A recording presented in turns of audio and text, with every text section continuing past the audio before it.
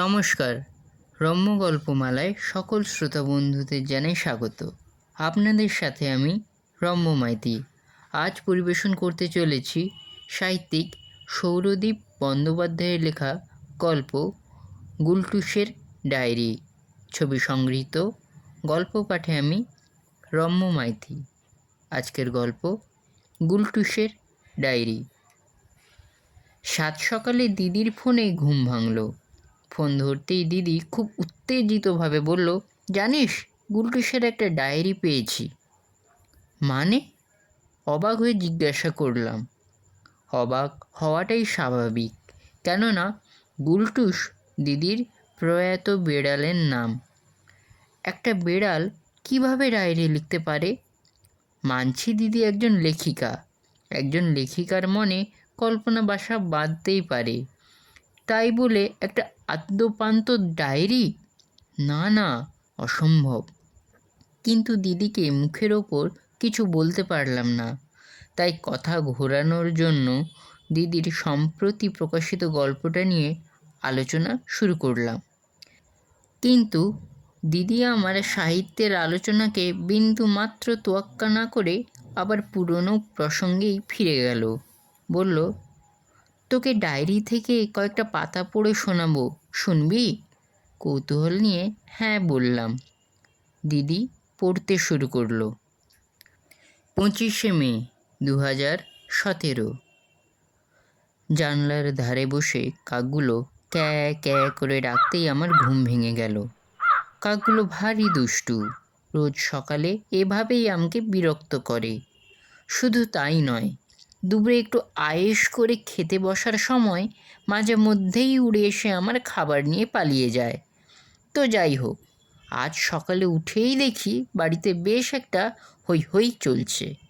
মা বেলুন দিয়ে ঘর সাজাচ্ছে, পম্পা মাসি গোটা বাড়ি খুন্তি হাতে ছোটাছুটি করছে। আমি উঠেছি দেখেই মা আমার কাছে ছুটে এসে আমাকে আদর করতে শুরু করলো। রোজ সকালেই মা এমনটা করে ঠিকই, কিন্তু আজ যেন একটু বেশি আদর করছে। ব্যাপারটা কি? হঠাৎ খেয়াল পড়ল, আজ তো আমার জন্মদিন। আমি আজ 1 বছরের হলাম, তাই এত তোড়জোড়। ব্যাপারটা বুঝে আমিও ভীষণ আনন্দে মাকে একটু আদর করে দিলাম। আজ সারাদিন খুবই ভালো কাটলো। আমার সব পছন্দের খাবার রান্না হয়েছিল। আমি, মা আর পম্পা মাসি মিলে মোমবাতি দিয়ে সাজিয়ে কেক কাটলাম, ঠিক যেমন মাস 3 আগে মায়ের জন্মদিনে কেটেছিলাম, ঠিক সেভাবেই। আজ আমি নানা রকম দুষ্টুমি করে এদিক ওদিক লাফিয়ে বেড়ালেও মা একটুও বকেনি। জন্মদিনে কি মজা! আচ্ছা, জন্মদিন প্রতিদিন হয় না কেন? আমি রীতিমতো বুঁদ হয়ে গিয়েছি গুলটুসের ডায়েরিতে। দিদি একটু থেমে আবার পড়তে শুরু করলো। হয়তো ডায়েরির পাতা উল্টাচ্ছিল। 5ই জুলাই 2018। মায়ের আজ সকাল থেকেই মন খারাপ, কেন জানি না। এখন মায়ের মন খারাপ হলে আমি বুঝতে পারি। মন খারাপের দিন মায়ের হাত আমাকে আদর করলেও মায়ের মন পড়ে থাকে বাইরে। আগে বুঝতাম না, এমনটা হলেই মনে হতো মা বুঝি আমাকে আর ভালোবাসে না। মায়ের ওপর রাগ করতাম, চেঁচাতাম। কিন্তু এখন বুঝি, এখন আমি বড় হয়েছি কি না। অনেক সময় দেখেছি লেখালেখি নিয়ে ব্যস্ত থাকলেই মা কেমন উদাস হয়ে যায়। এই সময় মাকে দেখলে ভারী কষ্ট হয়, মনে হয় মা ভালো নেই। তাই তো আমি মায়ের দুটো নাম দিয়েছি। মা যখন ভালো থাকে তখন ভালো মা, আর খারাপ থাকলে খারাপ মা। শুধু নাম দিয়ে কি হবে? মায়ের মনটাও তো ভালো করা দরকার নাকি? তাই আমি একটা উপায় বের করেছি, এতে খানিকের জন্য হলেও আমি আমার ভালো মাকে ফিরে পাবো। চুপি চুপি মায়ের লেখার ঘরে গেলাম। মা হাতে পেন নিয়ে বসে রয়েছে। আমি টুক করে টেবিলের উপর উঠে মায়ের হাতটাকে জড়িয়ে ধরে 2-3 বার পাক খেলাম। মা দেখি আলতো হেসে আমাকে বুকের কাছে তুলে নিল, তারপর আমার কপালে ছোট্ট করে একটা হামি খেলো। এই হামির অর্থ আমি জানি। মা আমাকে থ্যাংক ইউ বলল। মা এখন খুশি হয়েছে, তাই আমিও খুব খুশি। দিদি আবার থামলো, কিন্তু এবার আর পড়তে শুরু করলো না, থেমেই রইল। জিজ্ঞাসা করলাম, দিদি কি হলো? আমার কথার কোনো উত্তর না দিয়ে দিদি এবার পড়তে শুরু করলো। তবে পড়ার শুরুতে তারিখটা বলতেই দিদির মৌনের কারণটা বুঝতে পারলাম। 10ই সেপ্টেম্বর 2019। অনেক কষ্টে চোখ খুললাম। আজ সকাল থেকেই শরীরটা ভীষণ খারাপ লাগছে। বেশ কিছুদিন ধরেই ভুগছিলাম, তবে আজ খুব কষ্ট হচ্ছে।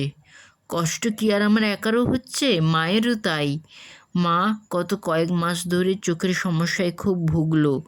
তখন শারীরিকভাবে কাইল হয়ে পড়লো, মন শক্ত ছিল মায়ের, কিন্তু অসুস্থতা মাকে যেন নিমেষে হারিয়ে দিয়েছে। তাই আমার আরও বেশি কষ্ট হচ্ছে। যবে থেকে আমি অসুস্থ হয়েছি, মা খাওয়া ঘুম ভুলে সারাদিন আমাকে আগলে রেখেছে। সারাক্ষণ ছলছলে চোখে তাকিয়ে থাকে আমার দিকে। আমার কষ্ট হয়, খুব কষ্ট হয়। মাকে আমি কোনো দিন এতটা ভেঙে পড়তে দেখিনি। মায়ের জীবনে আগেও অনেক সমস্যা এসেছিল, একা হাতে লড়েছিল সমস্ত সমস্যার সঙ্গে, কখনো হার মানেনি। মা তো হারতে জানে না। আমাকে সুস্থ করে তোলার লড়াইটাও মা লড়ছিল অনেক দিন ধরে। কিন্তু আজ সকাল থেকেই সব কিছু যেন বদলে গেল। ডাক্তার কাকু এসে আমাকে পরীক্ষা নিরীক্ষা করে গম্ভীর মুখে বসে রইল। অন্যান্য দিন ডাক্তার কাকু ঘরে ঢুকেই আগে আমার পেটে কাতুকুতু দেয়, তারপর আমি খিলখিলিয়ে হাসলেই কাকু হাসতে শুরু করে। তবে আজ কাকুর মুখে হাসি নেই। শুধু তাই নয়, ডাক্তার কাকু বাইরের ঘরে মাকে অনেকক্ষণ ধরে কিছু একটা বলার পর মায়ের মুখটাও কেমন থমথমে হয়ে গেল। যুদ্ধ সমাপ্তির পর পরাজিত সেনাপতি যেভাবে শিবিরে ফেরে, মা ঠিক সেভাবেই ঘরে ঢুকলো। আমার পাশে এসে বসলো, তাকিয়ে থাকলো আমার দিকে। মায়ের চোখে এতদিন শুধু দুশ্চিন্তা দেখেছি, আজ যেন হতাশা দেখছি। মা আমাকে কোলে তুলে নিল। শরীরের যন্ত্রণাটা আমি তবুও সহ্য করে নিচ্ছিলাম। তবে মা এভাবে হেরে যাবে দেখে আমার মনের মধ্যে যে যন্ত্রণাটা শুরু হলো, সেটা আর সহ্য করতে পারছিলাম না। মায়ের হাতটা জাপটে ধরলাম। ভাবলাম 2-3 বার মাকে পাক খেয়ে মনটা ভালো করে দিই, কিন্তু পারলাম না। শরীর সায় দিল না। কিছু করতে না পেরে মায়ের দিকে তাকিয়ে রইলাম চুপ করে। আমার মনের মধ্যে কি চলছে মা ঠিক ধরতে পেরেছে। আমাকে জড়িয়ে ধরে আমার কপালে দুটো হামি খেলো। প্রথম হামিটা তো থ্যাংক ইউ, কিন্তু দ্বিতীয় হামিটার অর্থ কি? অর্থ না বুঝলেও এই হামিটা পেয়ে আমার খুব ভালো লাগলো। মনের জ্বালাটা নিমেষে মিলিয়ে গেল। শরীরের যন্ত্রণাও যেন আস্তে আস্তে কমতে শুরু করলো। ভীষণ আরামে আমার চোখ বুজে এলো। নিজের কোলের উপর শুয়ে মা আমার মাথায় হাত বোলাতে থাকলো। আমি ঘুমিয়ে পড়লাম একটু পরেই।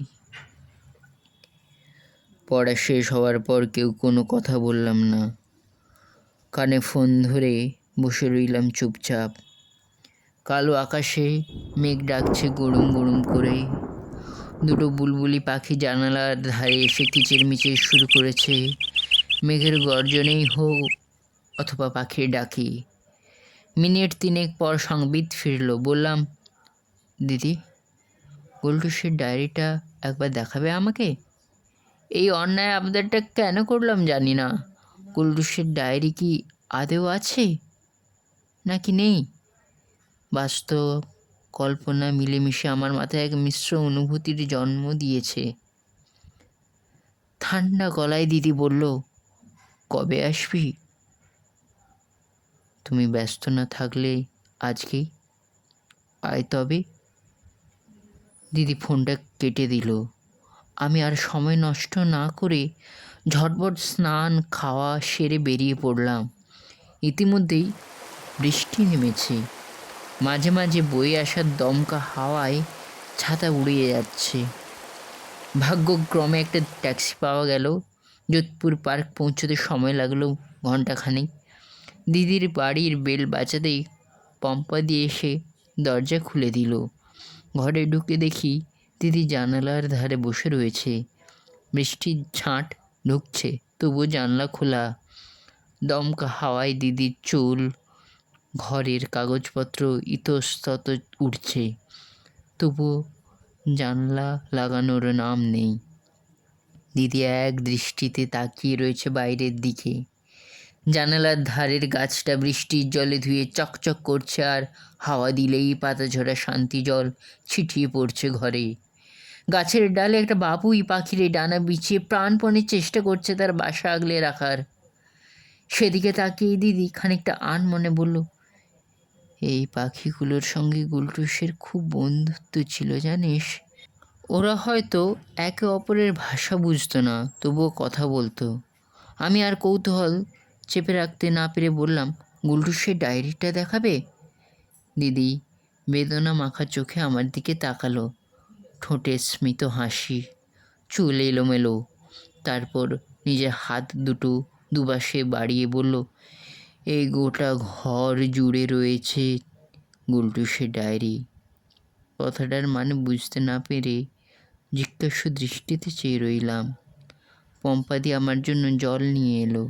দিদি জলের গ্লাসটা আমার দিকে এগিয়ে দিয়ে বলল, এই গ্লাস, বাসন, বইপত্র, আসবাব, ঘরের সমস্ত জিনিসপত্র সহ ঘরের প্রত্যেকটা কোণেই ছড়িয়ে রয়েছে গুলটুসের ডায়েরি। খালি চোখে সেই ডায়েরি দেখতে পাবি না, হাতে নিয়ে পড়তে পারবি না, তবে মনের দরজা একবার খুললেই ডায়েরির প্রত্যেকটা পাতা চোখের সামনে ভেসে উঠবে। ডায়েরির প্রত্যেকটা কথা শুনতে পাবি কান দিয়ে, হাত বাড়ালে অনুভব করতে পারবি গুলটুসের স্পর্শ। কেমন লাগলো আজকের এই ভিন্ন স্বাদের গল্প? কমেন্ট বক্সে অবশ্যই লিখে জানান। গল্পটি ভালো লাগলে লাইক এবং শেয়ার করতে ভুলবেন না। পরবর্তীকালে নিত্য নতুন নানা ধরনের গল্প, কবিতা শুনতে এখনই আমার চ্যানেলটি সাবস্ক্রাইব করে আমার পাশে থাকুন। ধন্যবাদ।